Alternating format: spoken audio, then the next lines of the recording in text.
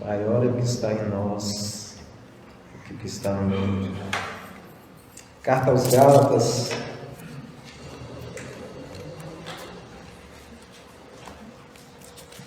capítulo 5. Leremos somente o verso 26 do capítulo 5 e depois passaremos para o verso 6 e leremos até o 5º capítulo, até o 5º versículo. Gálatas, capítulo 5, somente o verso 26, e aí já seguiremos a leitura a partir do capítulo 6, do verso 1 ao verso 5. Diz assim, palavra de Deus: não nos deixemos possuir de vanglória, provocando uns aos outros, tendo inveja uns dos outros. Irmãos, se alguém for surpreendido em alguma falta, vós que sois espirituais, corrigi-o com o espírito de brandura, e guarda-te para que não sejais também tentado. Levai as cargas uns dos outros, e assim cumprireis a lei de Cristo. Porque se alguém julga ser alguma coisa, não sendo nada, a si mesmo se engana, mas prove cada um o seu labor, e então terá motivo de gloriar-se unicamente em si e não em outro, porque cada um levará o seu próprio fardo. Senhor, mais uma vez em Tua presença, e agradecemos pela Tua palavra lida. Nos colocamos diante dela com temor, com tremor, mas na grande expectativa de sermos moldados e transformados por elas. Que a Tua palavra, Deus, possa ir além, ó Pai, de minha voz, mas que ela possa ser pregada hoje pelo Espírito Santo, e ela possa ser internizada, ó Pai, no nosso coração, gerando uma mudança, uma transformação sobrenatural, e que possamos caminhar assim, um caminho no Espírito, para a glória do Teu nome. Te peço assim em nome de Jesus. Amém. Os irmãos podem se assentar. Dando continuidade às nossas exposições na carta de Gálatas, chegamos aqui agora no capítulo 6, capítulo final dessa carta, mas devemos lembrar na exposição de hoje, do culto hoje matutino, não sei quem teve a oportunidade de acompanhar, aonde foi tratado sobre a obra da carne e a obra do Espírito. Foi tratado sobre essa militância entre a ação da carne e a ação do Espírito. E fomos desafiados a andar no caminho do Espírito, como crentes em Jesus, como novas criaturas. Assim fomos desafiados pelo Espírito Santo a andar no Espírito. E no capítulo 5 ele também foi discursado sobre o amor. E o amor hoje, que é tanto discursado por poetas, por cantores, mas que, via de regra, esse amor fica só no discurso, esse amor fica só na teoria, esse amor fica só no abstrato.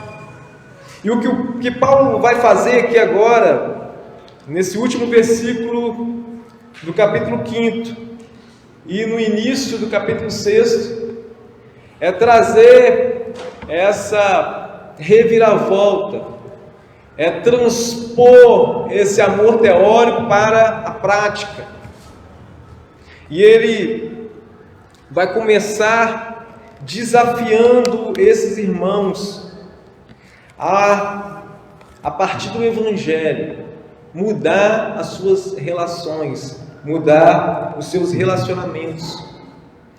Muitas vezes nós ouvimos falar das boas novas do Evangelho e queremos guardar somente como um conhecimento intelectual, para usar frases de efeito, para uma autoajuda, mas esquecemos que o Evangelho ele tem que ser vivido na prática.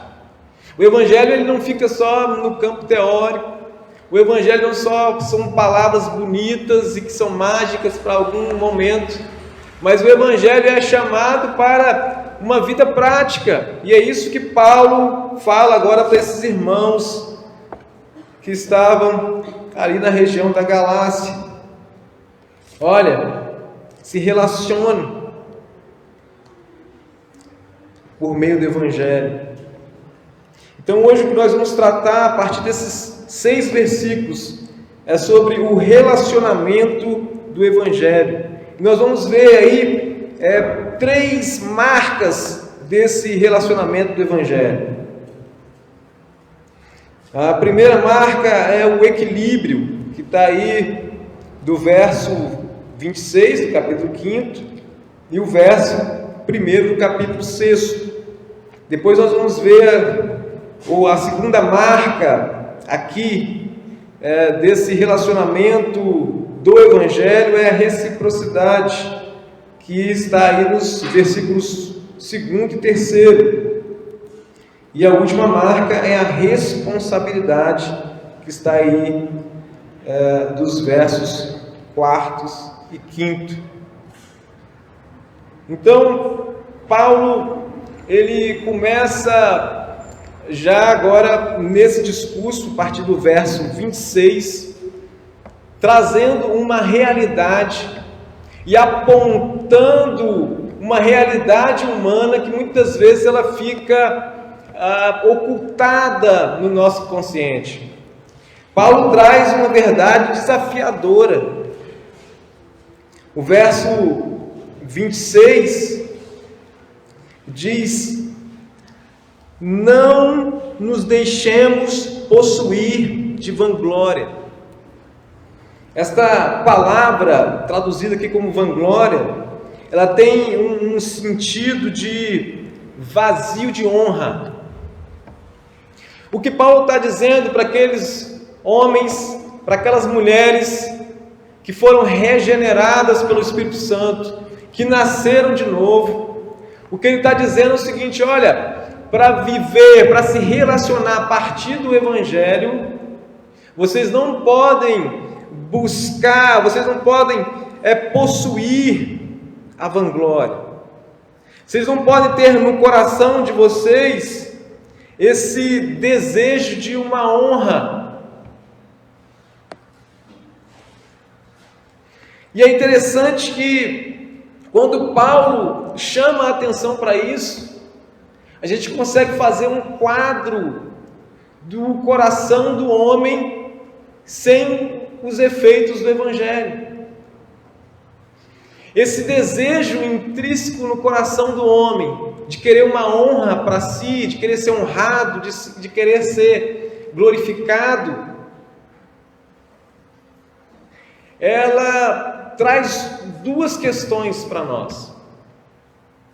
Em primeiro lugar, o homem que quer ser honrado, a mulher que quer ser honrado, ele vai começar a se relacionar com o outro a partir de uma concorrência, a partir de uma disputa, a partir de comparações. É o mesmo que o pregador descrito em Eclesiastes 4:4 viu a fazer uma análise da vida aqui debaixo da terra, aqui debaixo do sol. Ele percebeu que os relacionamentos eles eram feitos a partir da inveja, a partir da disputa. E é exatamente isso que Paulo está descrevendo aqui. Olha, aquele que é orgulhoso, aquele que é vanglorioso, aquele que tem esse vazio de honra, ele vai se relacionar com o outro comparando. E essas comparações vão revelar que existe dois aspectos deste coração que busca uma honra para si. Porque se ele se comparar com alguém que ele acha que ele é superior a essa pessoa, ele vai inflar o ego dele, ele vai massagear o ego dele, ele vai inflar esse coração desejoso de honra, provando para ele mesmo e provando para todos o quanto ele é superior àquele.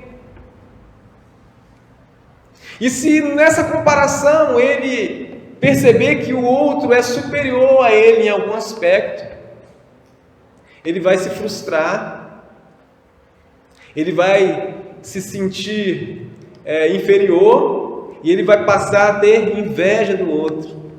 E inveja aí tem dois sentidos. Aquele que tem inveja, ele não quer que o outro tenha uma determinada coisa, ou ele quer ter essa coisa que o outro tem.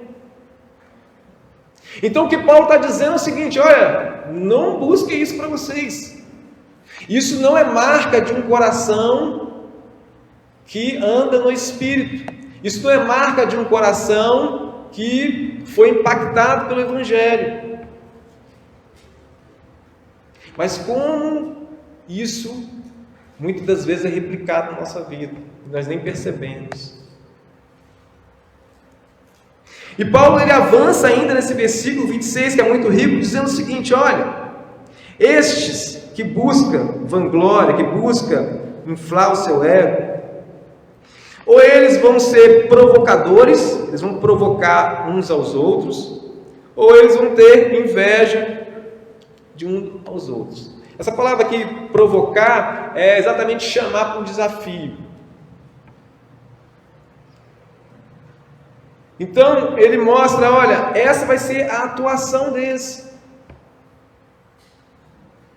E muitas vezes a gente olha esse que é inferior e a gente fala: nossa, ele é tão humilde.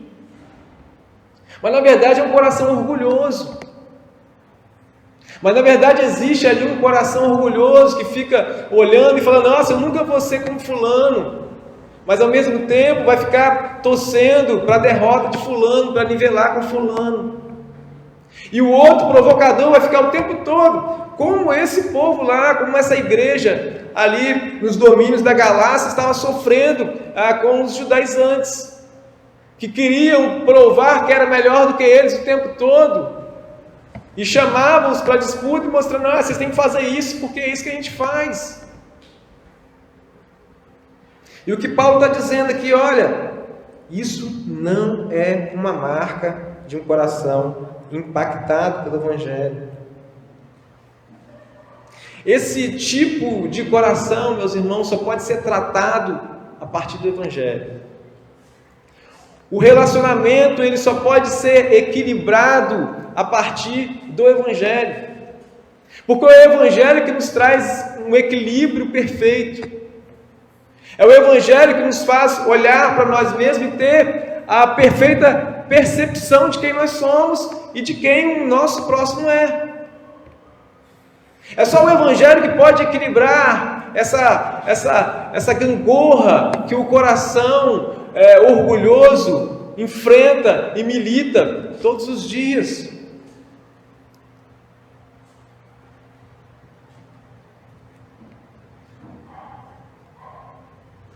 E nós vemos aqui na própria carta aos Gálatas, no capítulo 3, verso 26, o que o Evangelho ele faz num coração daquele que o recebe. Gálatas 3, verso 16, olha o que diz a palavra de Deus.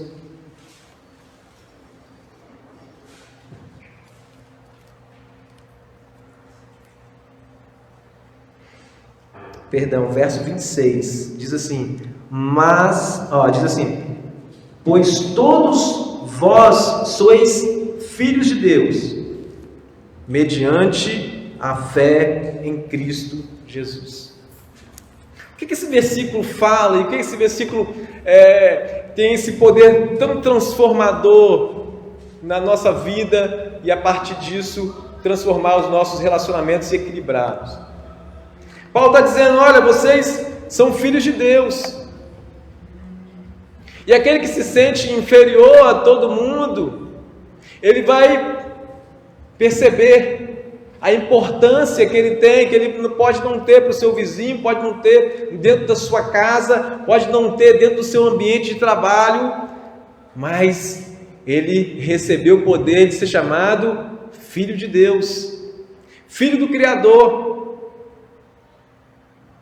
E o que não deixa ele inflar o ego, o que não deixa ele agora passar para o outro lado e se sentir superior demais, que fala que isso só foi feito mediante a fé em Cristo Jesus.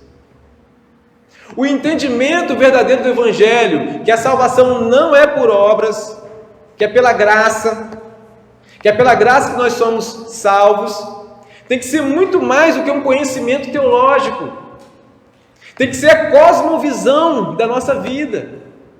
Nós devemos nos relacionar a partir desse princípio. Isso nos traz o equilíbrio perfeito, de saber que nós somos tão importantes como filhos de Deus, mas que não fizemos nada para merecer isso, que isso foi uma obra de Cristo, e que nós fomos alcançados pela graça. Isso vai nos desafiar a olhar para o nosso próprio com essa percepção, de entender: olha, ele não é superior a mim, porque eu sou filho de Deus, o máximo que ele pode ser filho de Deus também, mas eu não posso pisar nele e nos deslizes que ele comete, porque eu sei que eu também já cometi muito deslize e ainda estou sujeito a cometer, mas fui alcançado por uma graça que também o alcançou, ou também pode o alcançar. Então isso traz um equilíbrio perfeito, meus irmãos. Isso vai fazer nas nossas discussões tolas dentro de casa, ter um pouco mais de paciência, de perceber: olha, ela é tão pecadora como eu, e se ela não foi alcançada pela graça ainda, ela está à disposição para ser alcançada. Antes de pisar em alguém, eu vou pensar: olha, isso é filho de Deus. Antes de eu falar mal de alguém, denegrir a imagem de alguém, eu vou pensar: eu estou denegrindo um filho de Deus. Paulo, está vendo? Vai trazendo agora essa questão mais sólida, mais palpável, mais comum do dia a dia. E ele vai mostrando: não, só há equilíbrio no relacionamento por meio do Evangelho. Outro versículo, Romanos, Paulo ainda escrevendo aos Romanos, capítulo 12, verso 3, diz assim: não pensem sobre si mesmo mais do que deveria pensar, pensam com moderação. Em Filipenses 2:3 ele diz assim: nada façais por partidarismo ou vanglória, mas por humildade, considerando cada um dos outros superiores a si mesmo. Essa não pode ser uma ordem para que se considere a todos, inclusive os piores pecadores, como moral, como mais importantes e, portanto, dignos de serem servidos por nós. Agora, uma outra vertente que Paulo traz aqui.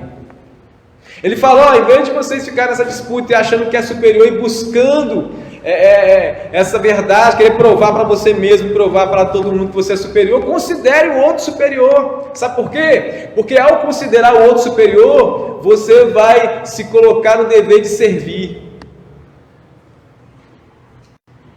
Olha como que muda a dinâmica. E logo em seguida, Paulo já traz um exemplo de como servir. O primeiro exemplo que ele traz como servir, ele traz uma hipótese. Olha, se alguém, porventura, irmão, se alguém for surpreendido em alguma falta, vós que sois espirituais, corrigi-o com espírito de brandura, e guarda-te para que não sejais também tentado. Agora Paulo aqui traz um exemplo prático de como lidar com isso. E se alguém tropeçar, se alguém desviar, se alguém escorregar do caminho próximo a você, qual é a sua reação?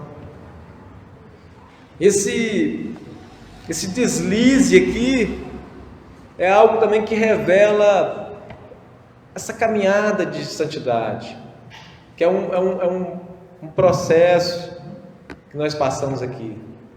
Mostra que nós estamos sujeitos a isso acontecer, a esse deslize, mas é algo surpreendente, não pode ser algo premeditado. Aqui ele está dando o exemplo de alguém que escorregou. Você não premedita escorregar, eu vou agora escorregar aqui. É algo que acontece, nos pega de surpresa. E Paulo está dizendo assim: e se isso ocorrer com alguém do seu lado, qual é a sua reação? O que você faz diante de um escorregão do irmão? Isso está confrontando diretamente essa relação.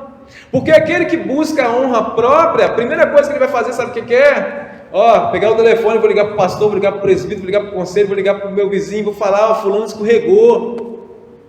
Fulano que vocês acham que é tão superior a mim espiritualmente, já escorregou, hein? Eu não, hein? Isso pode ser jacoso, meus irmãos, mas às vezes é uma verdade. Às vezes é assim um comportamento. Às vezes você percebe um erro, um deslize, um desvio de conduta do irmão, a primeira coisa que você vai fazer é mandar um WhatsApp. Fora aqueles ainda que tem o prazer de filmar, ou bater foto para mandar e confirmar e para espalhar fofoca.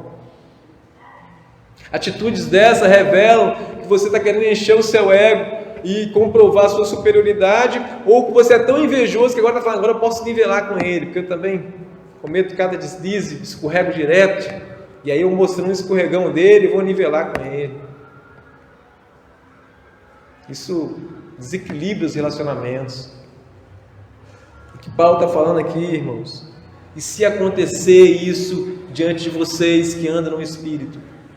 E se acontecer isso diante de vocês que se relacionam pela cosmovisão do Evangelho? Vocês que enxergam a vida a partir do Evangelho? Para vocês que não têm o Evangelho só como uma teoria, mas como vida prática, o que vocês fazem diante disso, diante de uma falta de alguém? E aí Paulo apresenta 3 coisas aqui. Primeiro ele mostra o que fazer diante disso. E a primeira coisa que ele fala é corrigir. Corrija o irmão. Mas essa correção aqui não é aquela correção para falar: eu vou chamar a atenção dele para mostrar que eu sou superior a ele. Eu vou chamar a atenção dele para mostrar que eu tenho elementos suficientes para provar que ele está errado. Essa correção aqui que Paulo usa, ele usa uma palavra aqui que ela é oriunda da medicina. É uma palavra usada para quando alguém deslocasse um membro do corpo, um osso. É o ato do médico pegar aquilo e restaurar e colocar no lugar. Essa palavra também foi usada já de forma abrangente, já para situações de consertar redes. Essa palavra aqui, o que Paulo está dizendo é restauração. Quando alguém cair, alguém pecar, alguém tropeçar, alguém escorregar, olha, busca restauração. Busca restaurar o seu irmão. E muitas vezes a gente não quer se comprometer com isso. Muitas vezes é mais fácil expor ele mandando uma mensagem ou fazendo comentários meia boca com o nosso irmão do lado, do que ir lá e buscar a restauração do irmão.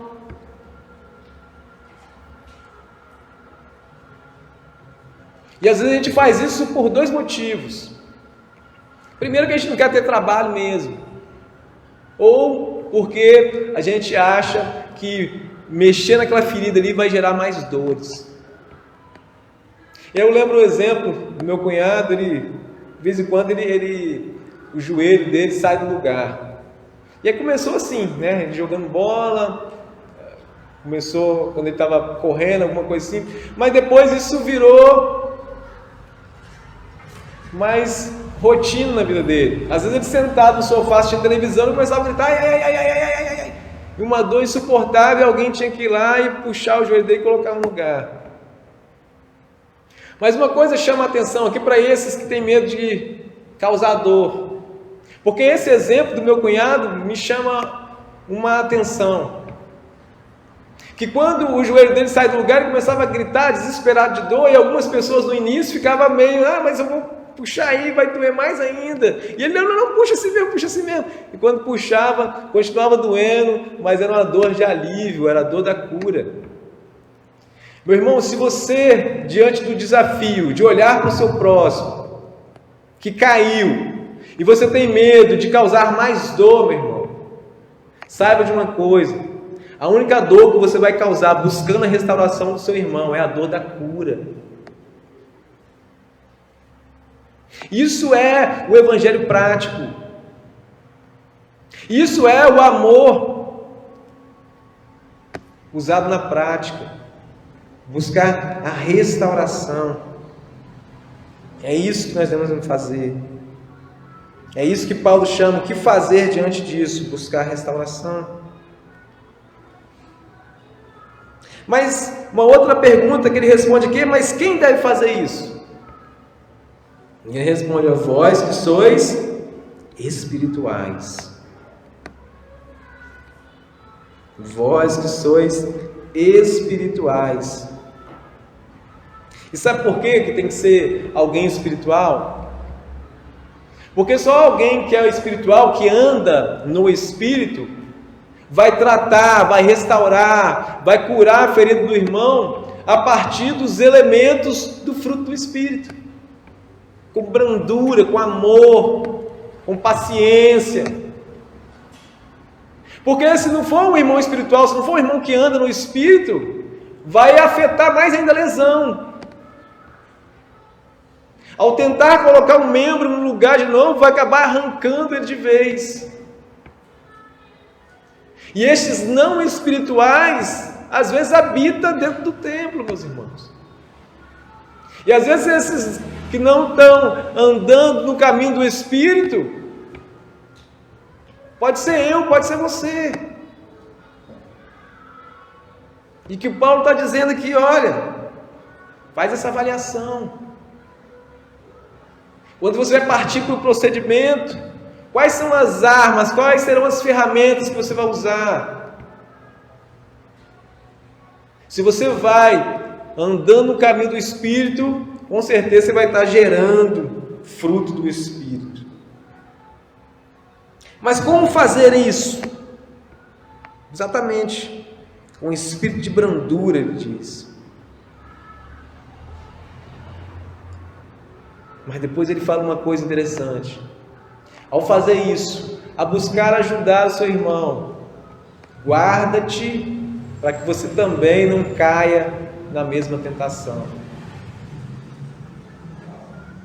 Porque às vezes, se aquele que tem o desejo de honra no coração, mas que está ali camuflado de humilde e vai buscar essa atitude, o coração dele está cheio de inveja. E às vezes ele pode invejar até a queda do outro. Às vezes ele pode achar até o pecado que o outro cometeu saboroso demais e falar: vou fazer isso também. E que Paulo está falando assim: cuidado com isso. Isso confronta-nos demais, porque às vezes nós vemos aspectos disso na nossa própria vida. Mas o Evangelho é exatamente essas boas novas, é exatamente a ferramenta que vai nos restaurar. É o Evangelho que vai restaurar o nosso relacionamento, é o Evangelho que vai restaurar o nosso coração. É por meio desta mensagem poderosa que o Espírito Santo atua em nossas vidas, nos gerando em nós transformação. E uma segunda marca daqueles que se relacionam a partir do Evangelho é a reciprocidade. Verso 2 e 3. Levai as cargas uns dos outros.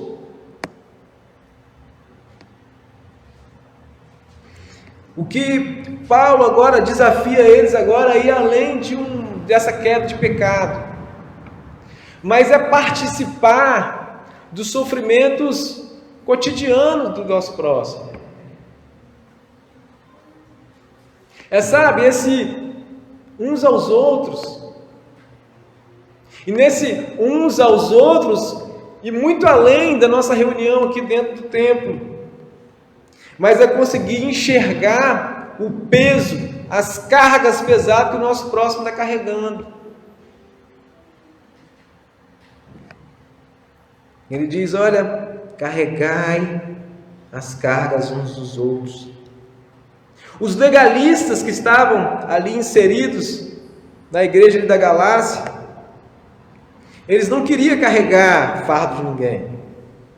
Pelo contrário, nós percebemos em Atos 15, 10, e o próprio Senhor Jesus dizendo em Mateus 23, 4, que eles queriam era acrescentar mais peso na carga do próximo. Eles não estavam preocupados de ajudar ombro a ombro, não, mas eles queriam colocar mais peso, e para mostrar que eram superiores. E para isso eles usavam vários artifícios para efetuar e para inflar o coração. Eles caluniavam. Nós vemos que em Atos 21, do verso 27 ao 29, o próprio Paulo aqui sofreu calúnia desses que, em vez de tentar ajudar a carregar o fardo pesado, ficavam julgando e presumindo coisas e colocando mais carga ainda. Paulo conversava com um grupo de gentios, e aí depois de um tempo eles já viram Paulo lá no templo, e eles começaram a falar: se ele estava conversando com os gentios aqui, aquela hora que a gente viu, então provavelmente estão juntos lá também. E começaram a acusar, e levantaram a acusação, e Paulo quase foi apedrejado por causa disso. Calúnias, levantamento de coisas sem fundamento. Essa é a marca daqueles que buscam ser honrado.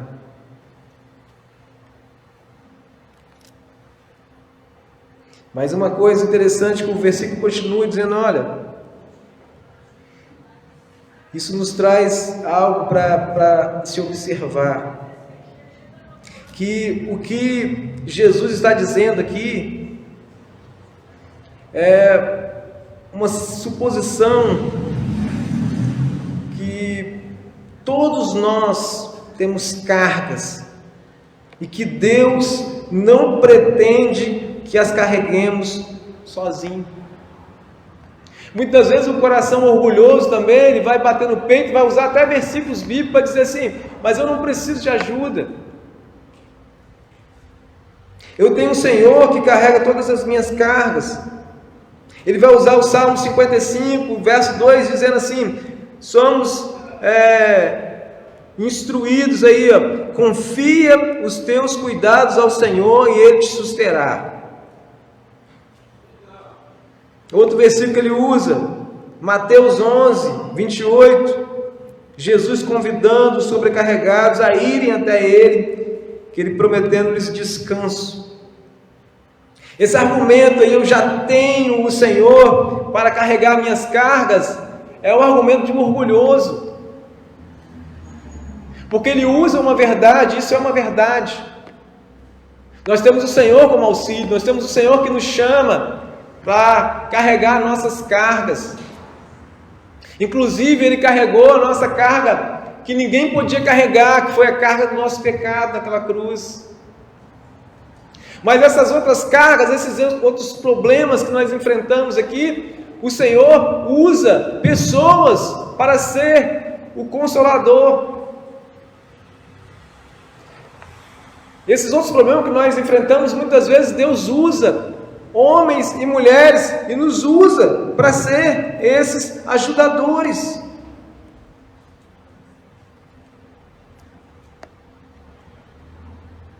Nós vemos essa base na carta aos Coríntios. O próprio Paulo confessa que ele estava angustiado, porque os coríntios não tinham entendido direito uma carta que ele mandou e ele queria corrigir, ele estava aflito. Algo externo a ele estava trazendo tribulação e algo interno também. Até que ele diz: porém Deus, que conforta os abatidos, nos consolou com a chegada de Tito, com a chegada do irmão. Isso é fantástico, essa ação de Deus, como Ele promove essa unidade em nós, nos usando como esse instrumento. Então é uma via de mão dupla, é recíproco. Nós temos que, ao mesmo tempo, se dispor a ser os ajudadores, mas também aceitar ajuda. O orgulho não existe para quem anda sob a ótica do Evangelho.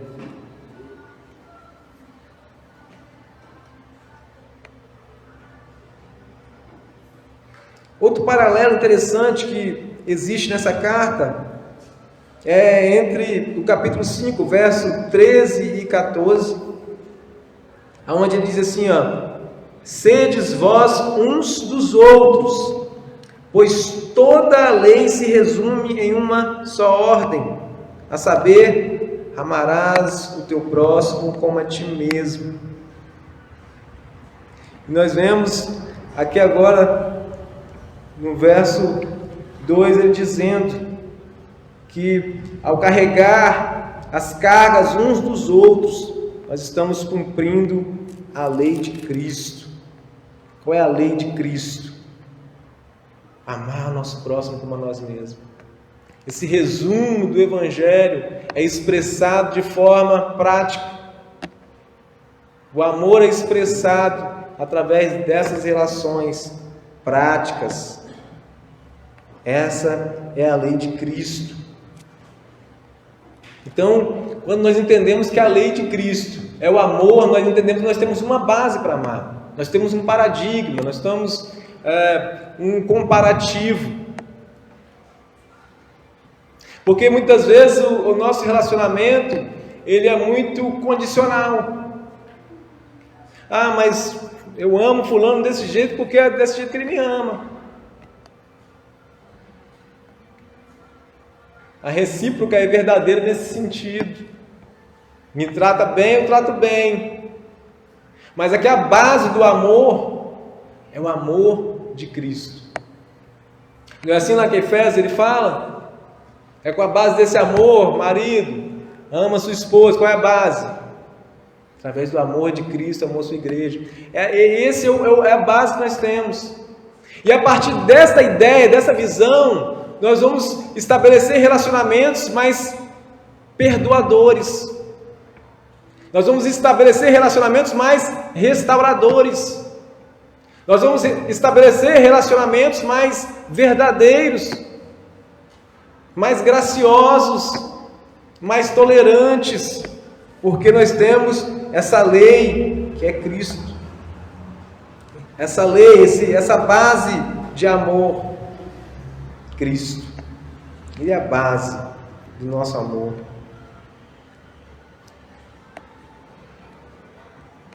Carregar os fardos dos outros é um grande ministério, meu irmão. É uma coisa que cada cristão deveria e poderia fazer.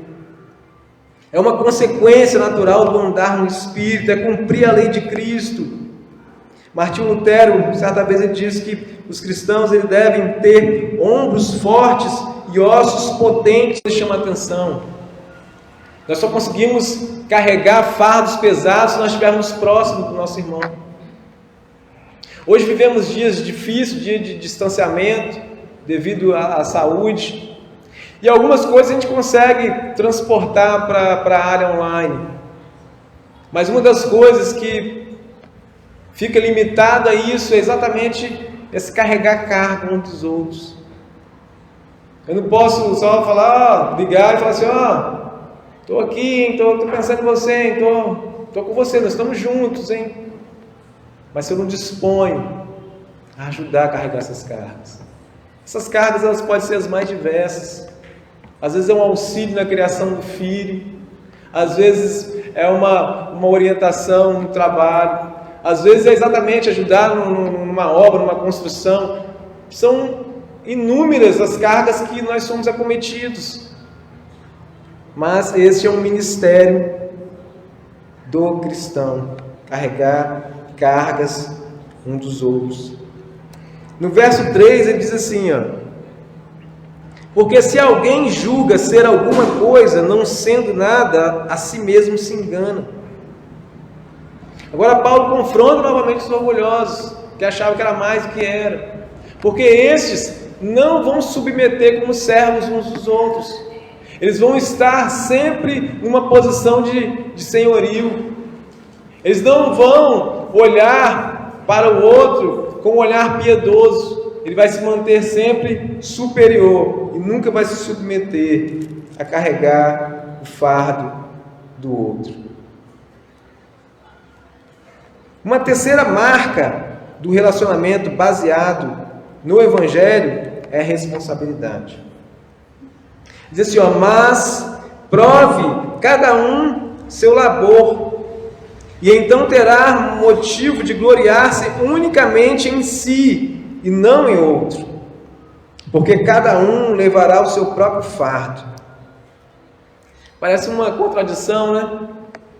Ele fala que nós devemos carregar o fardo um do outro, e agora aqui no verso 4 está dizendo que cada um vai ter que levar o seu próprio fardo. Mas é interessante que as palavras usadas por Paulo aqui, elas são diferentes, elas têm um sentido diferente. Se lá no verso 2 ele usa num sentido mesmo de um peso insuportável para um só carregar, agora aqui no verso 4 ele está trazendo aqui uma ideia de uma mochila, de uma bolsa, de um pacote, e que essa é a responsabilidade do indivíduo. O que Paulo está mostrando aqui é o seguinte, olha, nós temos esse compromisso com o outro, nós estamos cumprindo o mandamento de Cristo, mas nós temos também a nossa responsabilidade pessoal, e essa é intransferível.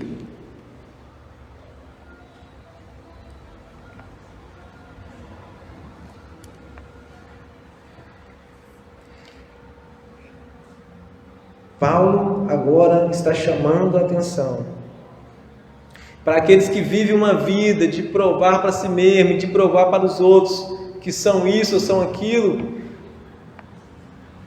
Um certo dia irão estar diante de Deus e eles vão responder pelos próprios atos,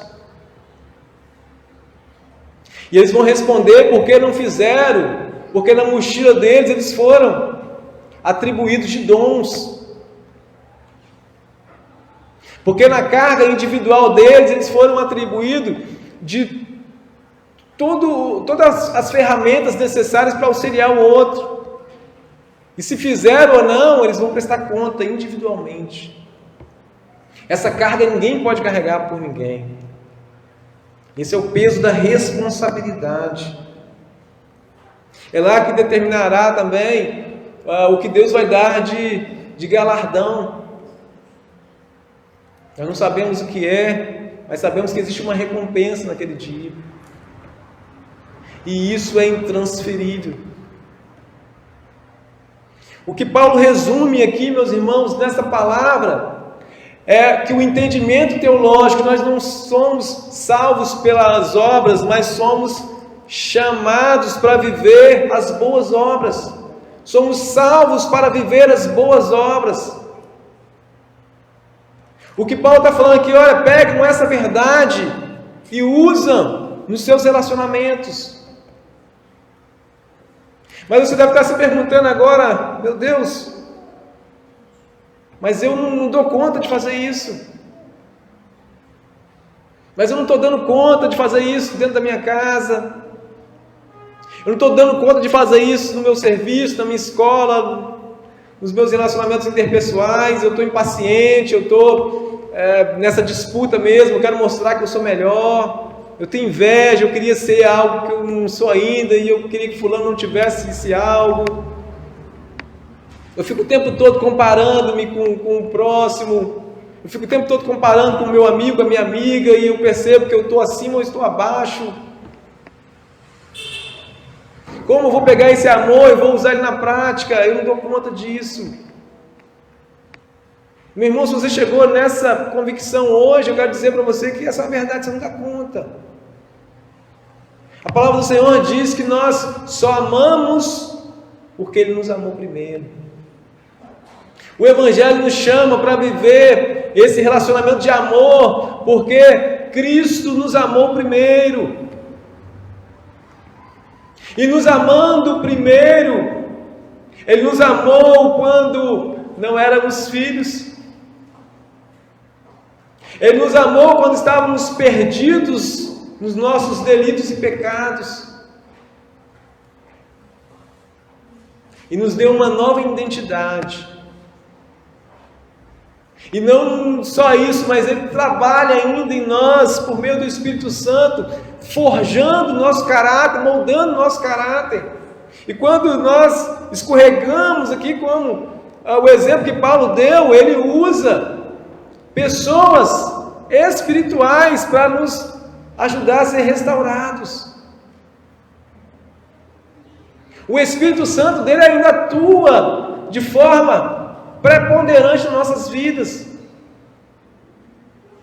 E quando se desviar, ouça a voz que vem atrás dizendo: filho, este é o caminho. E quando você achar: olha, eu não estou nesse padrão, o meu relacionamento não está nesse padrão de evangelho, oportunidade, é o que Deus está me dando, é o que Deus está te dando. O Evangelho é tanto para aquele que ainda não teve esse encontro transformador com Deus, como também para aquele que já é nascido de novo, e que precisa ser rememorado todos os dias, e que precisa pregar o Evangelho para ele mesmo. Meu irmão, quando você perceber isso, que você está querendo afagar o seu ego, que você está se relacionando de forma comparativa, que você está tendo inveja de alguém, prega o Evangelho para você mesmo. O Evangelho não são palavrinhas mágicas, é uma verdade para ser vivida. Então, diante dessa palavra confrontadora, o Espírito Santo nos chama para os pés do Senhor. Eu quero convidar você a se pôr de pé neste momento.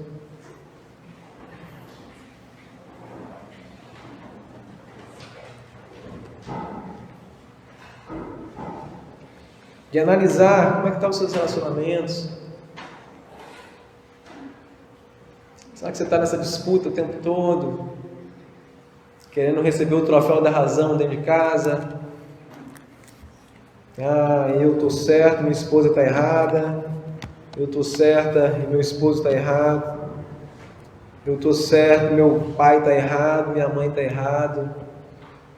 Eu estou certo, meus filhos estão errados. Como é que estão os seus relacionamentos? Até que ponto o Evangelho tem confrontado, transformado seu coração? Vamos para os pés do Senhor neste momento. Vamos colocar diante dEle os nossos fardos, entendendo que os mais pesados Ele já levou naquela cruz. Ele continua nos auxiliando, também usando o próximo, também usando o nosso próximo para sermos o suporte. Santo Deus, graças rendemos a Ti, Pai. Ó Deus, diante dessa verdade que nos confronta, que muitas vezes revela qual tem sido o caminho que nós temos trilhado, o Teu Evangelho traz equilíbrio. Porque o Teu Evangelho nos humilha, mostrando que o Senhor nos resgatou das trevas para a Tua maravilhosa luz. Mas o Teu Evangelho também nos exalta, Pai. Nós nos orgulhamos em Cristo. Nós recebemos uma grande vitória. Nós recebemos o poder de ser chamados filhos de Deus. Somos a habitação do Espírito Santo. Isso não nos faz menor do que ninguém. Mas isso nos impulsiona a servir o próximo, Pai. Isso nos impulsiona a considerar o outro mais importante do que nós. E se isso não está acontecendo, Pai, na minha vida, na vida do meu irmão que ora comigo, ó Pai, neste momento, Deus, faça, Pai, para a glória do Teu nome. Traga esse entendimento. Ó Deus, muitos confrontos e conflitos internos, ó Deus, dentro do próprio lar, tem acontecido, Pai, porque não estão se relacionando por meio do Teu Evangelho, Pai. Porque estão buscando os seus próprios entendimentos, as suas próprias concepções.